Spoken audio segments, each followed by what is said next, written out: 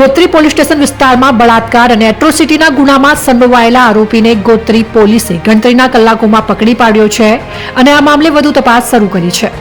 Gotri police station ખાતે મહિલાએ દુષ્કર્મ અને એટ્રોસિટી એક્ટ હેઠળ ફરિયાદ નોંધાવી હતી, જેમાં આરોપી દીપ યશવંતભાઈ પટેલ, રહેવાસી સંસ્કારનગર, ગોત્રી, વડોદરા, મૂળ રહેવાસી ભાદરણ, ગામ મોટી ખડકીફળિયું, તાલુકો બોરસદ, જિલ્લો આણંદ, એપ્રિલ 2021 થી આજ દિન સુધી લગ્ન કરવાની લાલચ આપીને હોટલમાં લઈ જઈ તેની સાથે અવારનવાર મરજી વિરુદ્ધ શરીર સંબંધ બાંધ્યા હતા અને મહિલાને જાતિ વિષયક શબ્દોનો ઉચ્ચાર કરી લગ્ન કરવાનો ઇનકાર કર્યો હતો.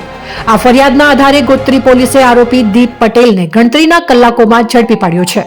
વડોદરાની 27 વર્ષીય યુવતીને આરોપી ભાવિક હરકિશન ચુડાસમા, રહેવાસી પ્લોટ નંબર 52, રાજ ઇન્ડસ્ટ્રીયલ પાર્ક, અમર મારુતિ સુઝુકી શોરૂમની પાછળ, કંડેરી ગામ, તાલુકો કરજણ, જિલ્લો વડોદરા, A8 હાથીભાઈ નગર સોસાયટી, દિવાળીપુરા, વડોદરા, વર્ષ 2014-15માં મિત્રતા થઈ હતી.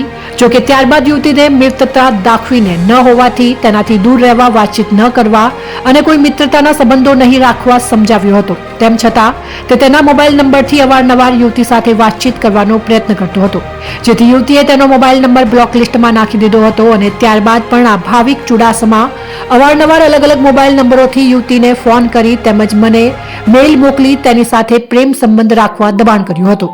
તેમજ યુવતી જ્યાં નોકરી કરતી હતી ત્યાં પણ તે અવારનવાર જતો હતો અને ત્યાં આવીને ઊભો રહી જતો હતો અને યુવતીના ઘરની સામે પણ આવી ઊભો રહીને યુવતીનો પીછો કરીને હેરાન પરેશાન કરતો હતો.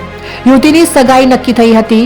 ફિયાન્સના ઘરે લેટરમાં ખોટું લખીને મોકલ્યું હતું તેમજ યુવતી અને ભાવિકના સાથેના ફોટા પણ યુવતીના ફિયાન્સને મોકલી આપ્યા હતા, જેથી યુવતીએ આ મામલે ફતેહગંજ પોલીસ સ્ટેશનમાં ફરિયાદ નોંધાવી છે.